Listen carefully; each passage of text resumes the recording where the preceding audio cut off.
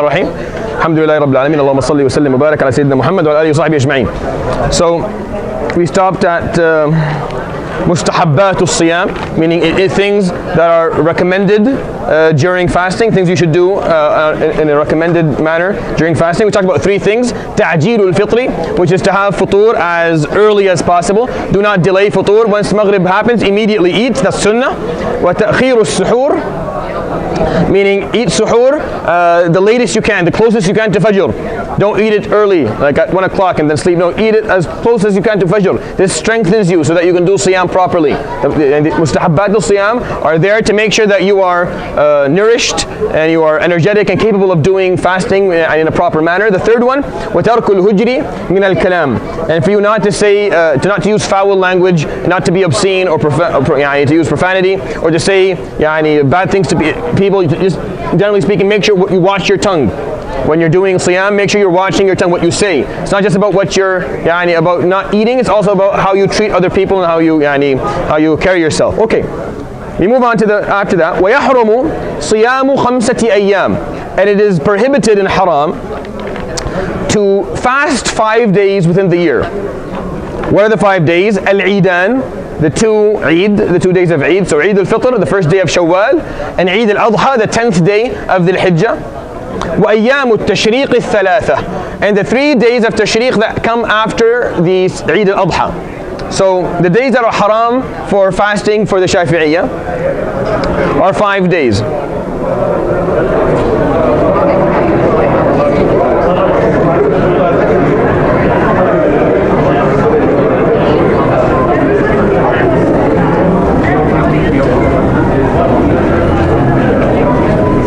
The 5 days, the first one is the first of Shawwal,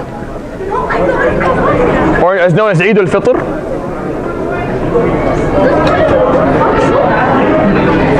Right? The second day is the 10th of Dhu al-Hijjah, which is Eid al-Adha or Yawm al-Nahr.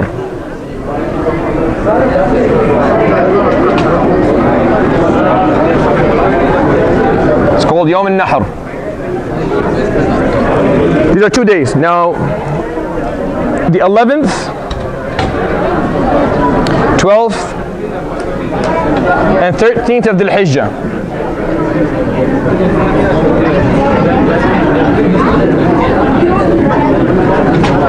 And these are called Ayyam al-Tashriq.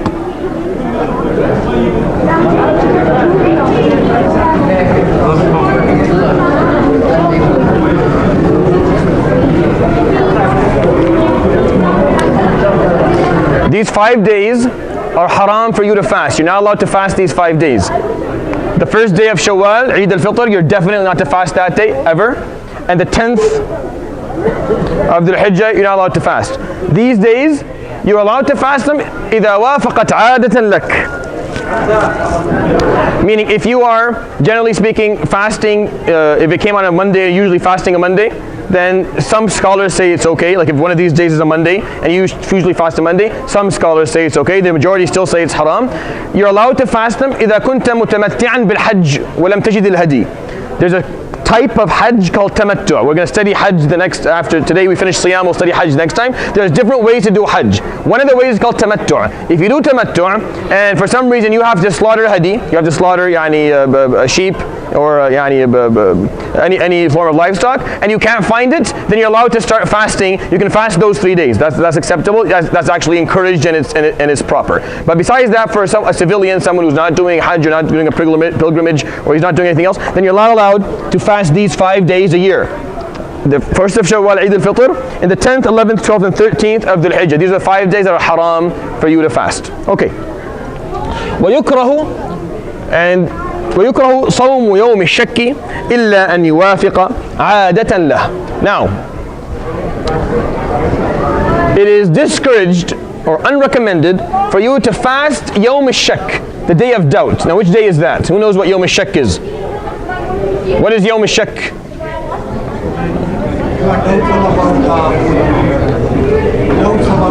Yeah, so doubts about which month though? Yeah, so Sha'ban. It's not the Eid, it's before Ramadan. So if we're not sure, let's say we're going to look for the crescent of Ramadan. We're in Sha'ban, we're looking for the crescent of Ramadan to start fasting. So on the 29th night of Sha'ban, we look to see if tomorrow is the 30th of Sha'ban or if it's the 1st of Ramadan. So we look and we can't see anything. We don't know, it's not clear, it's unclear, right? So what we do in that case is that we make Sha'ban 30 days. Right? And then we start Ramadan the day after. That's what we do if we have lack of clarity. If it's cloudy that night and we could not see the crescent of Ramadan, then we act like we consider Sha'ban to be 30 days. And it's discouraged for you to fast that day. So you can say, oh, well, I'm not sure I should fast. No, it's discouraged to fast. إِلَّا أَنْ يُوَافِقَ عَادَةً لَهُ. The same thing. Unless you have a habit of fasting whatever day that is. So let's say the day of doubt is a Monday or a Thursday, and you have a habit of always fasting Mondays and Thursdays. In that case, you can fast it, no problem. But if you don't have a habit of fasting, right, and I tell you that tomorrow we don't know if it's the 1st of Ramadan or the 30th of Sha'ban, but because we can't see, we can't tell, we're going to consider it to be the 30th of Sha'ban, you can't fast, or is discouraged to fast for the Shafi'iyya. Some scholars go as far as making it Muharram, but for us, for the Shafi'iyya, they say it's only discouraged. So those are the days that are not, that we shouldn't fast from a term of prohibition and from a term of discouragement. What are good days to fast? It's not in the matn, but I just want to talk about that quickly. What are good days? Okay. So you have I'll give you three options in terms of fasting, nafil, tatawwu', to fast fi sabilillah. I'll give you three, so I'll give you three options of what you can do. The first option, this is the easiest option of all. Number one, fast the 13th, 14th, and 15th of every lunar month, which adds up to how many days a month? 3, right? So 3 days a month.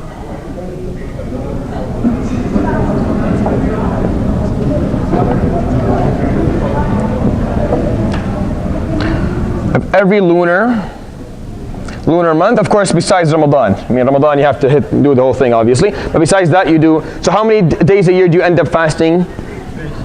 So keep out Ramadan.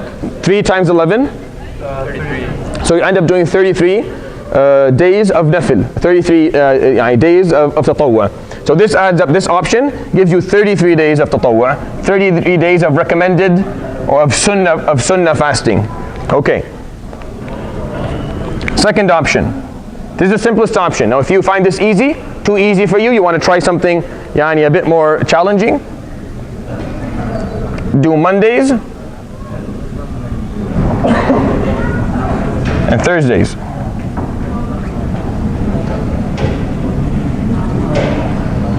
How many days did that add up to a month? So let's say there's 4 weeks, that's 8, and then 9. So around 9 days a month.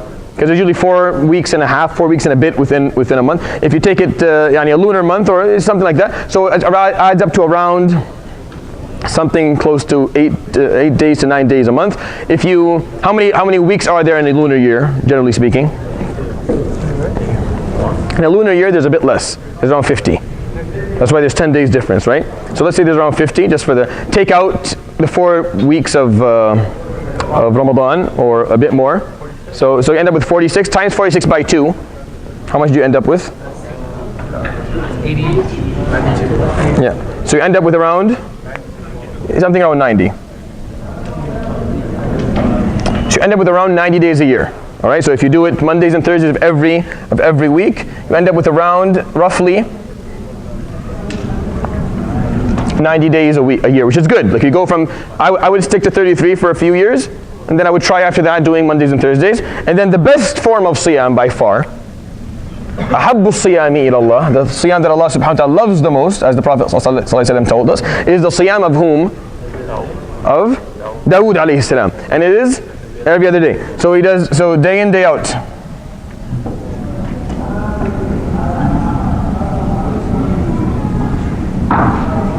So it's day in, day out, every other day. Right, so how much does that add up to? So if you take out, let's say in a In a lunar year, there's around 355 days. Take away how many? You take away 30 days of Ramadan, which leaves 325 days. Now, what is the divide 320 by 2? What do you end up with? Yeah, so roughly 160 days. Fair? So this adds up to 100. So these are the three options that I offer you. Now there is one more that's kind of like somewhere between these two, is that if you don't do every Mondays and Thursdays, do at least one. So at least do one of them. So if you just do one of them, then you end up with half this number, which is around 45.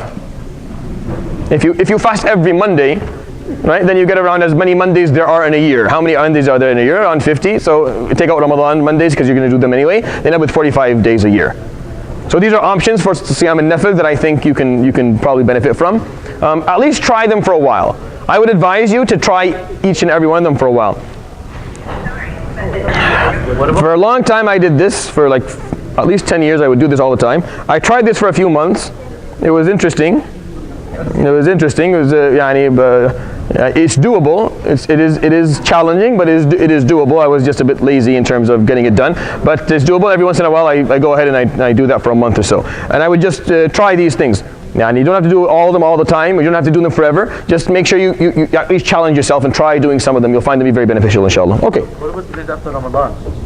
It's Ayyam Shawwal. Yeah, I'm not talking about the days that are encouraged in general. I'm just saying that Siyam al-Nafil. Like if you want to consider doing Sunnah Siyam, then these are good patterns. But yes, the 6 days of Shawwal are definitely. If you end up doing one of these things, you'll cover it, because every month will have at least 6 days. If not a bit more. Okay. Yes. What's the meaning of Ayyam At-Tashriq? I'll talk about that when we do Hajj. Just we're coming to Hajj. We're going to talk about all that stuff in Hajj, inshallah. Just give me some time. One other question. Like for back home, they used to say Eid is like 3 days. So the Eid of Fitr is just 1 day, and Eid al-Adha goes until the end of Ayyam At-Tashriq. So you have 1, 2, 3, 4 days actually. So it's a 4-day Eid. Yeah, so it's longer. You do more takbir. Okay. ومن وطئ في نهار رمضان عامدا في الفرج فعليه القضاء والكفارة. And he who commits or performs sexual intercourse with full intention, knowing that it's Ramadan, it wasn't a mistake, he wasn't not paying attention, he wasn't forgetful, they did it, it was completely clear that he had intercourse with his wife during Ramadan. فَعَلَيْهِ الْقَضَاءُ وَالْكَفَّارَةُ. Now before I talk about this, I'm just going to quickly explain something. Someone get me another tissue? One of the shabab gets me a tissue. I'm a shabab. Mine. Yes, jazakallah khair, thank you. Barakallah feek, appreciate it. When it comes to terminology regarding what happens when you don't fast, when you fail to fast, there's terminology that we have. The fuqaha use different words. So we have something called al-kaffara al-kubra. This is because when we study a text in a different fiqh, if it's a madhab, I want you to be clear on these things. في الكفارة الصغرى, and this is known as al-fidya. And there's al-qada, and there's al-imsak, بقية النهار. All right. These are 4 words you should definitely know in terms of what they mean. Al-kaffara al-kubra. Al-kaffara, does anyone still have the English translation? Only Emmanuel. Yeah, he's the only one who had it. So al-kaffara, al-qada, what the word qada means is for you to make up for the day that you left. So al-qada is simple, is you just make up for the day. You don't fast a day, you make it up. It's called qadha, you make up for it. That's all you do, just fast another day for it, right? Now, sometimes you won't fast a day of Ramadan, and you'll be required to do something a bit more, something different, something in addition. So someone who breaks his fast during the day of Ramadan by having intercourse with his wife, not only does he have to make up for the day, he has to do something called kaffara kubra. And kaffara al-kubra is one of 3 things. And they go in sequence like this. So either Either itq raqaba, freeing a slave or freeing a neck, freeing someone out of slavery. If that doesn't work, you move on. Siyam shahrayn mutatabi'ain, fasting 2 months. Fasting 2 months in consecutive months. And if not, it'am 60 miskina. You'll find these things in Surah Al-Mujadala, but for dhihar, for mudahara, for a different type of problem. It's also for a different sin. It applies here as well. It'am 60 miskina. So feeding 60 miskin.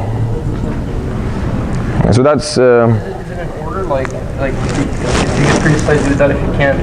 So you have to go in order for the jumhur, meaning the majority of scholars, the vast majority of scholars say you have to go in order. Some say you don't have to go in order. Go in order. There are people, that you can just choose, but the vast majority of scholars within the madhab say they have to go in order here. So obviously you can't free a slave anymore, even though I do think that there's a parallel to be drawn. Someone who's in extreme debt.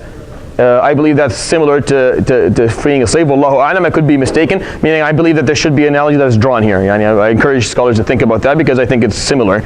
Because people who are in extreme debt, and in a lot of financial problems, you're freeing them basically as well by taking them out of it. But if that's not an option, then siyam shahrayn mutatabi'ain. If you don't have the ability, meaning you work long hours, it's impossible for you to do it, then you move on to it'am 60 miskina.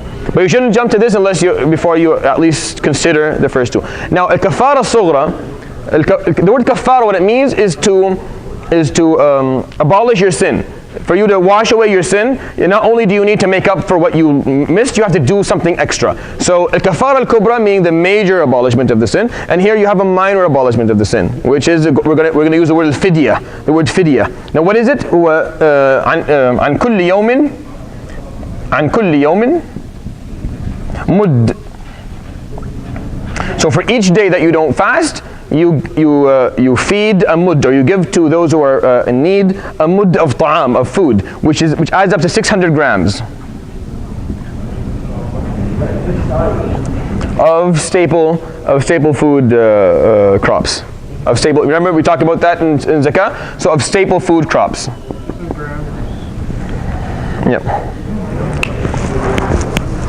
Or anything that the people of that country eat most often. So it doesn't have to be a staple food crop. It could be anything that they're accustomed to eating more often, but usually staple food crops work everywhere, So for each day, a mudd. Alright? Al-imsak baqiyat an-nahar, meaning if you break your fast in Ramadan without a udhr, and without there being a reason for it, then it is required of you to at least continue the rest of the day not eating. Right? You shouldn't eat publicly. You don't have to fast today for some reason, or you broke your fast today and made a mistake. You should not eat publicly that day. You say, well, I already broke my fast, I'll just continue having lunch and having breakfast and whatever. No, you hold on, you don't eat till Maghrib that day. So it's called al-imsak baqiyat an-nahar, and this is something you'll find in all the books of fiqh. All of the madhahib, all four of them, talk about al-imsak baqiyat an-nahar. There is some questionable, it is a bit questionable in terms of the evidence that support it, I mean the idea, but there's logic behind it. I'm not going to go into detail, I just want to know that that's a word that exists in fiqh. If you listen to it, you hear it, you know that it's out there. Okay, so someone who has sexual intercourse with their wives, they did jima' during the day of Ramadan and they broke their fast. So not only do they have to do qada, which is making up for it, they have to do the kafara al-kubra. They have to do one of these three things. Sorry, they have to choose one of them, or go in sequence, which is what the majority of scholars say. But this has to. So if that's something you do, it's not enough just to make up for the day. All right. Sheikh, so we mentioned earlier in one chapter about like intercourse being like you have to have like what if somebody would finish but not actually have intercourse? No, the moment intercourse begins, that's it. Doesn't matter if you finish or not. Because someone who like newlyweds, for example. Yeah, I know. Yeah, so someone who will cause himself to ejaculate without having intercourse, you just have to do qada. There's no kafara. But having sex with your wife will cause you to have to do qada and kafara as well. So you need to do both. Yeah, that's good. Well, so here the Imam explains what the kafara kubra is. Well, here, عتق رقبة مؤمنة, which is freeing a a mu'min slave or a slave, a Muslim who is in slavery. فَإِن لَمْ يَجِدْ, and if you can't find, فَصِيَامُ شَهْرَيْنِ مُتَتَابِعَيْن, then to fast 2 months, consecutive months. فَإِن لَمْ يَسْتَطِعْ, and if you cannot do that for whatever reason, فَإِطْعَامُ سِتِّينَ مِسْكِينًا, then feeding 60 miskin. لِكُلِّ مِسْكِينٍ مُدٍّ, to give each miskin a mud also, 600 grams for each miskin, which adds up to around roughly $15 to $20 per person, which is not a lot of money. I like to say go up to 30 if you're rich, and some people say up to 50, just to make sure that you're paying well over the amount. Yes. So for the 2 consecutive months fasting, if you happen to miss a day, you have to restart for 2 months? Yeah, with a lot of difference of opinions within scholars. I'm going to leave that, because we're going to talk about that inshallah a later part. It's going to be like just focusing on talking about that and go into more detail, yeah, because there's a difference of opinion in terms of what is a good excuse for you to cut these 2 consecutive months, and what applies, what is acceptable and what is not. We'll leave that inshallah for later. We'll talk about it. وَمَنْ مَاتَ وَعَلَيْهِ صِيَامٌ مِّن رَمَضَانَ أُطْعِمَ عَنْهُ لِكُلِّ يَوْمٍ مُدٍّ, and he who dies and owes days of Ramadan. Let's say someone didn't fast certain days of Ramadan for whatever reason. It was. Maybe, I'm not thinking about, it's not necessarily that you just didn't want to fast. No, let's say you got sick for 4 days in Ramadan. You didn't fast them, and then after Ramadan you didn't make up for them. You continued not to fast, like you didn't fast, and then for some reason you passed away. And you never made them. And every time if someone asks you, why aren't you fasting the days you left? You're like, I'll do it inshallah next month, I'm waiting for this winter, then you die before it happens. So what do we do for someone like that? So أُطْعِمَ عَنْهُ لِكُلِّ يَوْمٍ مُدٍّ. So we feed, for each day, we give a mud, which is 600 grams of food to a miskin for every day that he missed. Now, Imam al-Nawawi specifically, and the qadim qawl, the qawl al-qadim fi al-Shafi'i, and the Shafi'i, meaning the old opinion of the Shafi'i, and Abu al-Khattab min al-Hanabila specifically, they said that you can do something called yasumu anhu waliyuhu. So someone can fast for you. But they're the only people who said that, meaning the Jumhur of Ahl al-Ilm, the vast majority of scholars, don't believe that you're allowed to fast for someone. Just like you're not allowed to pray for someone. If someone passes away and they didn't pray their prayers, can you pray for them? You can't pray on their behalf. So what about fasting? The vast majority of scholars say you can't do it. But Imam al-Nawawi, Abu Khattab min al-Hanabila, and the old opinion of Imam al-Shafi'i says that yes, you can fast for a relative who passed away. I would just feed a mud for each day. If let's say your grandfather or an elder in your family passed away and they knew they owed days of Ramadan, then feed masakeen for him. So inshallah Allah subhanahu wa ta'ala will forgive him for it. Yes. What if you get to that? Well then that's, how would you know then? You would have there's no way for you to know if you, okay. What about breaking your fast during Siyam by eating and drinking? We talked about breaking your fast during Siyam intentionally by being with your wife. What about just eating and drinking? And you just sat down and ate. Do you do kafara as well or just qada? For the Shafi'i and the Hanabila, only qada. For the Shafi'i and the Hanabila, only qada. For the Hanafi and the Maliki, they say you have to do kafara kubra as well. So it's a 50-50 kind of cut down between the madhahib. So the Shafi'i and the Hanabila, the Shafi'i or Hanabila, they say only qada if you break your fast by eating. Intentionally, yeah. Everything is intentional here. We're not talking about you're not doing something not paying attention. If you eat without paying attention or without remembering, forgetfulness, that's fine. You continue your day. But if you do it and you're like, I don't want to do this anymore, and you eat, right? So you have to do qada. You owe that day. The Shafi'i and the Hanabi say that's all you do. And Hanafi and Maliki say you have to also do kafar al-kubra. So for each day, so you have to do these as well. Is there a punishment associated with, like a specific punishment for just not fasting on purpose, or? Yeah, that's a long fiqhi bahth. It's not a part of this matn, and so I won't get into it because it only applies in states that have some degree of Islamic law that is applied in the state itself. So yes, there would be. Like, and the hereafter. Hereafter, specific? No, but something general, yes. And of course. Leaving a day of Ramadan intentionally, nothing will make up for it. Meaning, the ajr you lost, nothing will make up for it, ever. There's nothing you can do. Why? Because that day is gone. That day is gone in history. It will never come back. And there's no day in the coming history of your life that will carry the weight of that day, except another Ramadan day that you have to fast anyway for its own merit. So when you miss a day of Ramadan, nothing you can do can make up for the ajr that you lost. You fast a day for it, obviously. You have to do qada. You have to fast another day to make up for it with the day. But the ajr you missed out on is, you cannot, You can never make up for it. It's gone. So that's something maybe to think about. والشيخ إن عجز عن الصوم يفطر ويطعم عن كل يوم مدا. And the elderly, an elderly man or an elderly woman, if he is incapable of fasting, then he does not fast. يفطر, he eats. ويطعم عن كل يوم مدا. And he will feed for each day that he leaves a mud, 600 grams of a staple food crop, or any food that is common within the. So you can just give them money.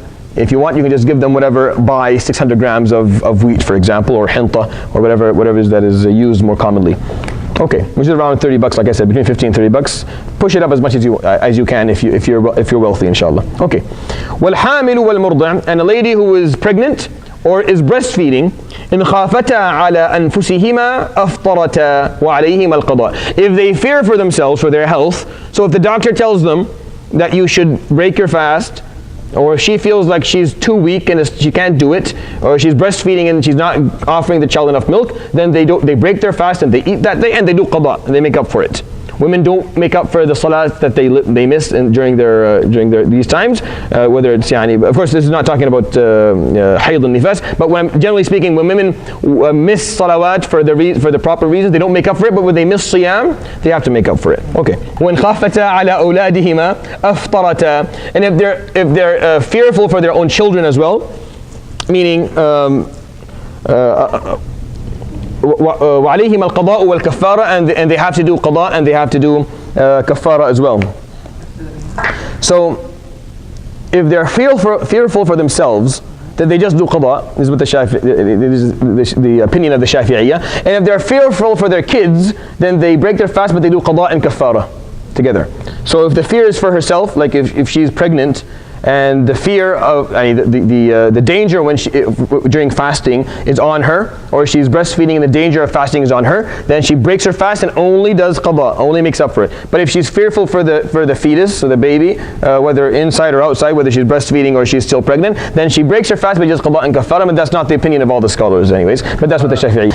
عن كل يوم مد, for every day is mud, وهو رطل وثلث بالعراقي, and it's a rutl and a third of it بالعراقي, and this is just a measurement again. The measurement, I don't even know what it is. It's 600 grams of a staple food crop. That's all you need to know. Okay. والمريض, if you break like your fast by eating, yeah, was it gomra or was it the other? By eating, for the Shafi'iyya and the Hanabi, you don't do anything but qada. It's only qada. Yeah. But for the Hanafi and the Maliki? For the Hanafi and Maliki, you do kafara kubra. Yeah. And qada. And of course, there's always and qada. It's always and qada. You always have to make up for it. Okay. How does that make sense that the person that just doesn't want to eat, she just makes up the day, but then the lady that because she has a udhr. breastfeeding makes up a day and the shiyah. Because she has a udhr, meaning she has a proper excuse for it, and she's going to get the ajr that she was. She didn't miss the ajr. The guy who's going to make up for it lost the ajr of Ramadan. It's gone. There's nothing you can do to bring it back. But a lady who did that for her children, she missed the day of Ramadan. She's going to get the full ajr for it. So she makes up for it and she feeds and she gets the full ajr of the day of Ramadan that she missed. That makes sense? She gets the full ajr. But whoever broke it on purpose never gets the full ajr ever again. It's gone, so he just does qada, so it doesn't make a difference. So it's actually, it's an extra responsibility for someone who did something right, which is, there's parts of Islam that have that in it. So if you're doing it right, there's more responsibility upon you. But you get more ajr, that's the whole point. You're going to get way more ajr than everyone else. Okay. Well, and there's a few points I'll explain in a second. وَالْمَرِيضُ وَالْمُسَافِرُ سَفَرًا طَوِيلًا يُفْطِرَانِ وَيَقْضِيَانِ. And the ill, or someone who is traveling a long distance, is traveling for a long distance, they break their fast and they just make up for it. وَيَقْضِيَانِ. They just do qada. There's no kafara upon them at all. All right. I'm going to talk about, I have 3 points. What about leaving, let's say you miss 3 days of Ramadan this year, or a day of Ramadan, and you don't make up for it, and the next Ramadan comes, and you remember, but Ramadan's already started, like you've already started the first day of Ramadan, and you owe from a previous Ramadan a day, right? So what do you do here? Do it after Ramadan? So you do qada, yeah, and you put fidya, and kuffara sughra, you pay. And kulli yawmin mud, and that day a mud. Except the Hanafiya and some of the Hanabila, they say you just qada, you just make up for it.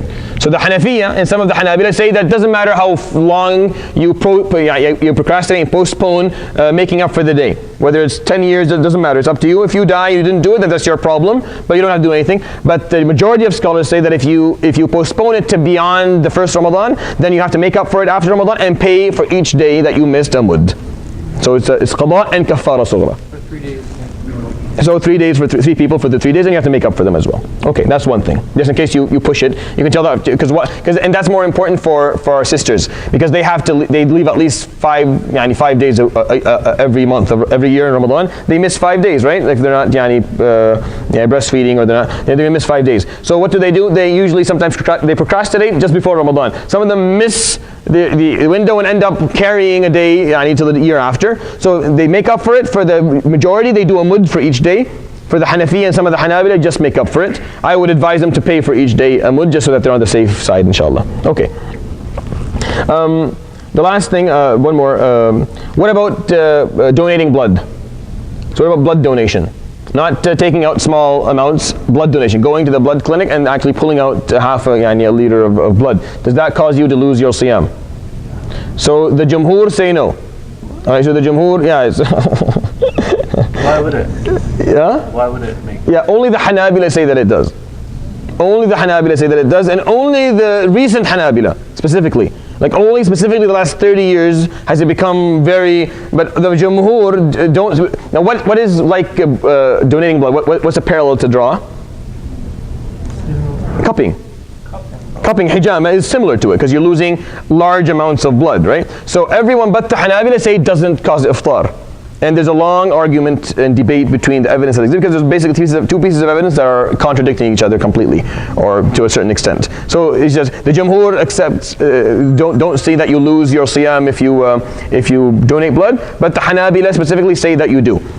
So it's up to you. I side with the Jumhur on this one based on the evidence and the study of it, but that's just a very common misconception. A very simple rule to know during siyam, that iftar, breaking fast, is based on what enters, not what leaves.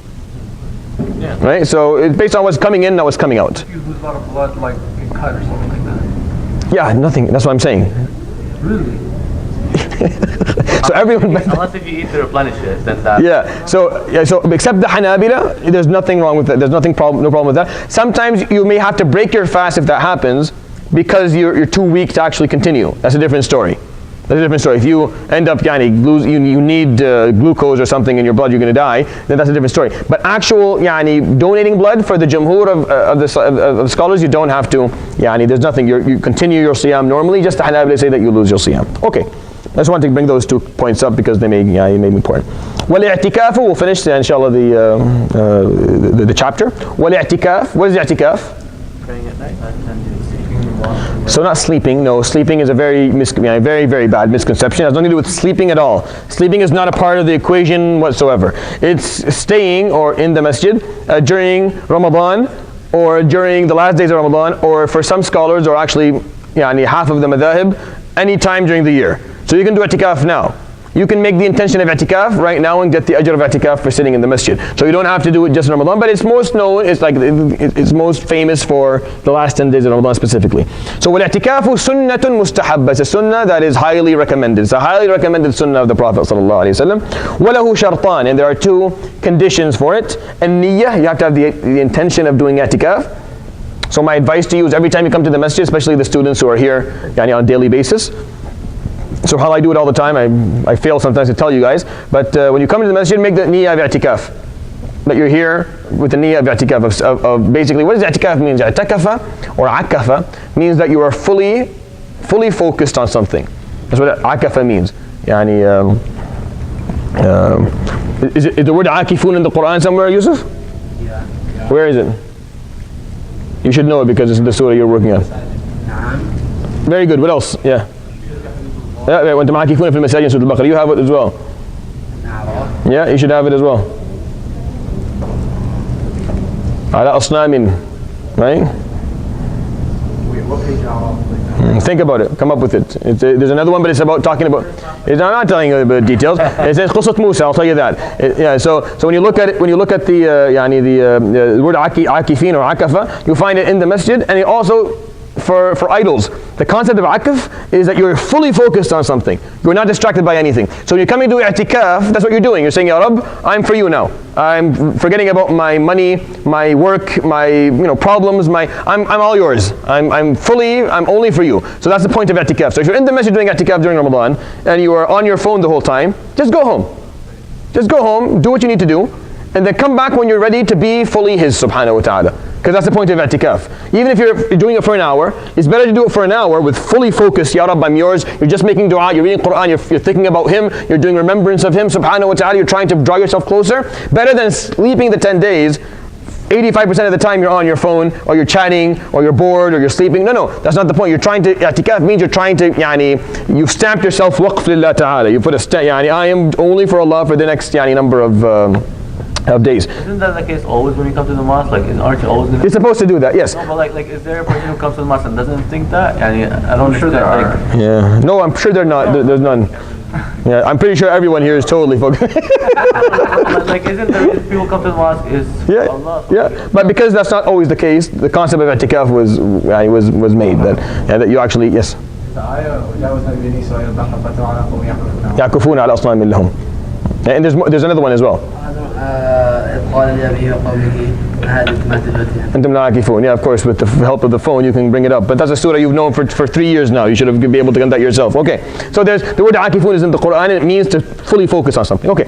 So the first condition so make niyyah of i'tikaf every time you come to the masjid, you get ajr for it. So the first condition of i'tikaf is niyyah, with the intention of doing i'tikaf. Second, al-lubthu fil masjid, staying in the masjid. And ولا يخرج من الاعتكاف المنذور إلا لحاجة الإنسان أو عذر من حيض أو مرض لا يمكن المقام معه. And you should not leave the masjid for i'tikaf that is manzur. Manzur means if you say, Ya Rabb, if this happens for me, I am going to do i'tikaf for 5 days. And it happens for you. That's called a nadhr. In Islamic, it's called a nadhr. So I don't know what's called in English, to be honest. So if you say that and it happens for you, so now you owe Allah subhanahu wa ta'ala 5 days of i'tikaf. During those 5 days, you should not leave the masjid unless you are you need to go to the bathroom, or there's a udhr, like if the lady is menstruating and she needs to leave, or you are extremely ill. But you shouldn't leave for any other reason. لا يمكن المقام معه means there's an excuse that makes it impossible for you to stay in the masjid during the time, right? But i'tikaf that is sunnah, like i'tikaf that is masnoon, you can leave and come back as many times as you want. Every time you leave, you come back and you renew the intention. So if you are going i'tikaf in the last 10 days of Ramadan, and you have a school or you have work, that's no problem. Go to work, go to school, come back when you can, and do i'tikaf for as long as you can. Right? So you don't have to be here 24/7. That's for i'tikaf that is manzur. That's for i'tikaf that you promised Allah subhanahu wa ta'ala something, you promised Him, no one told you to do it. Yeah, you made an oath, like I'm going to do it for you, Ya Rabb, and you swore on it, then you have to do it. But if it's sunnah, just for the sake of Allah subhanahu wa ta'ala, you can leave when there's different needs. It doesn't have to be a emergency need. It could be other needs as well. Why would someone want to make that oath? Like, well, let's say you're really hoping for something and say, Ya Rabb, wallah, Ya Rabb, if you give me this, I'm going to do this for you, inshallah. Right? Now I know it's not, you should do it anyway, but if you say that, it's not haram to say that. Like that's called a nadhr. وَمَا أَنفَقْتُم مِّن نَفَقَةٍ أَوْ نَذَرْتُم مِّن نَذْرٍ فَإِنَّ اللَّهَ يَعْلَمُهُ. So nadhr is a part of the Islamic Sharia. Sometimes you'll say, Ya Rabb, inshallah, if my wife gives birth to a healthy daughter, I will do this, inshallah, and then you do it. So you owe this now. So if you make i'tikaf, what you owe, then you can't leave unless there's an emergency. The last words of this chapter, وَيَبْطُلُ بِالْوَطْءِ. And you ruin your i'tikaf if you have intercourse with your wife during it. And of course that is very, very rare, but it goes to show how different things were back in the day in terms of masajid being a bit more there's more mixing in the masajid. Like this is very weird. The Prophet ﷺ and the Sahaba, if they were watching this, they would find this very weird. What? This shouldn't be. There should be an open space. If I'm giving a dars, the lady should be able to sit there, no problem. Really? Really? This is like a 100%. We're supposed to pray in front, and then when we're finished, the men's lines, those ladies fill in the lines behind us, and the subyan between us, and the boys and the girls, the youngsters between us, between their fathers and between their mothers. That's how it's supposed to be. This full segregation is actually a bid'ah in a big way. Like we talk about bid'ah as, oh, you have a masbah, oh, you're doing this, bid'ah. This is a bid'ah. This is not right. We're doing this because we're too lazy to deal with the consequences of having men and women in the same area. Because you don't want to deal with the problems that may come from that. We don't want to deal with it, so we segregate. That's just running away from a problem. That's not proper. The Prophet ﷺ, so, because when you read this, why would you... What do you mean? Why would you even say that? Of course you're not going to have sex with your wife during Ramadan in the masjid. What are you talking about? But yes, it is a part of the deen. It's something said. Why? Because masajid were open. And you were doing i'tikaf, sometimes your wife was right beside you. And that's how things work. So teaching our youth and teaching ourselves how to deal with the opposite gender respectfully and professionally is much more important than putting up walls. Putting walls and trying to say, oh, this is how we're going to do it so that there's no problems. No. What you do is you teach people to act professionally, and we hold each other accountable for the way we behave. And we teach our youngsters what's okay and what's not okay. And we say something's not okay, we talk about it and make sure that it's explained. And women are participating in everything the men are doing as everyone else does. But of course, that's not self-serving for men, so no one talks about that bid'ah. We talk about other stuff, but this is just as much as a bid'ah as everything else. The Prophet ﷺ had not a curtain, nothing. Nothing at all. The men and women were in the same masjid. Ahlul Sufa lived in the masjid. Like Ahlul Sufa, their families, they lived in the masjid. There was nothing. Men and women lived in the masjid. So I'm not saying that, okay, let's start having slumber parties. But no, we exist together in the same space. We exist professionally, respectfully. And we allow them, and women are, it's not like, if a woman comes in here, men, oh, she came through here. So what? So what? She came through here. What's the problem? Why is that a problem? There's no problem in women. Of course, the masjid is open for everyone. It's not like they own there, we own here. No, this is not proper. I found it really funny when they said the girls can come and sit here, and then they start putting chairs around. Yeah, they said, what are you doing? It's like they're not sick. The women, they're not contagious. تفضلوا, they can sit. If you have a problem with your eyesight and the way that you carry yourself, then that's something you have to fix. And we have to teach our youth as well to exist around Muslim sisters in a respectful way. Or else we're going to lose, we're going to lose hard. Yes? Did not have a curtain because of that reason, or is it just because the masjid didn't have a roof back then, right? Yeah, so they couldn't put up a curtain if they wanted to?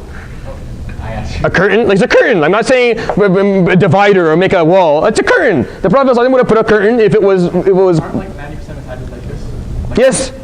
Yes, even more than 90% of the masajid like this. No, I don't know. That's the problem. And this is the issue that I try. Sometimes we overlook something that is maybe self-serving, and we don't look because the reason is that the logic behind it is that there's less problems like this. There's no problems, men alone, women alone. But what we're doing is we're segregating. We're running away from the problem. We're not fixing it. I mean, we're not teaching each other how to deal with masajid that have again, we're not saying we're gonna dance in the masjid. We're gonna pray. We're gonna listen to the dars. We're gonna utlub ilm. But we're gonna do it in a way meaning if you guys are sitting here as young men, and if women want to come to this and they sit over there, and I just change and they sit in the same place. They don't have to sit behind a wall. All together, they don't have to sit behind a wall. The Prophet ﷺ would give a dars and people would listen, and when the prayer happens, so this whole idea of segregation is not, if you go and study the Prophet ﷺ's life and then what the Sahaba did during their time, it didn't happen until late. This segregation only started quite late into the Islamic When we have dancing, they should be separate. Separated? What? When we're dancing, we're dancing in the masjid? Oh, talking generally. That's a different thing, of course. When you're doing something that's recreational.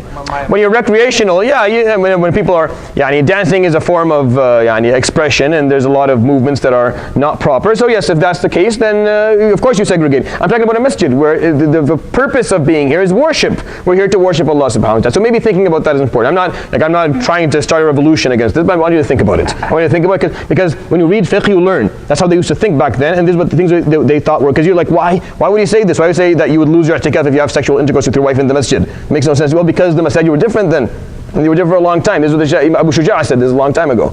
So maybe thinking about these things are beneficial. We tend to run away from problems as Muslims rather than actually deal with them properly, because dealing with them properly costs more time and costs more effort. So we tend to run away sometimes. So that's the end of the chapter of fasting. Next time we get to start a really fun chapter. I'm pretty sure no one knows, or not no one, sorry, astaghfirullah. Many of the Alisa students, many of you have no idea what I'm going to be teaching you, which is Hajj.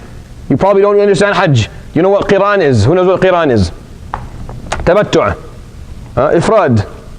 You know what these things are? See? You don't even know how to do Hajj. If I told you, yalla, yalla, Mu'adh, here's money, go do Hajj. You have no idea how to do it. You don't know what to do. There's actually 3 different ways to do it. You have to choose the way you're going to do it, and then there are certain rules that will apply to that, and we'll explain them inshallah next time. It'll be a lot of fun, inshallah, it'll be a lot of information, and you'll benefit. Jazakumullah khair, subhanahu wa bihamdik, ashhadu an la ilaha illa anta astaghfiruka wa atubu ilayk, wa sallallahu ala sayyidina Muhammadin wa ala alihi wa sahbihi ajma'in.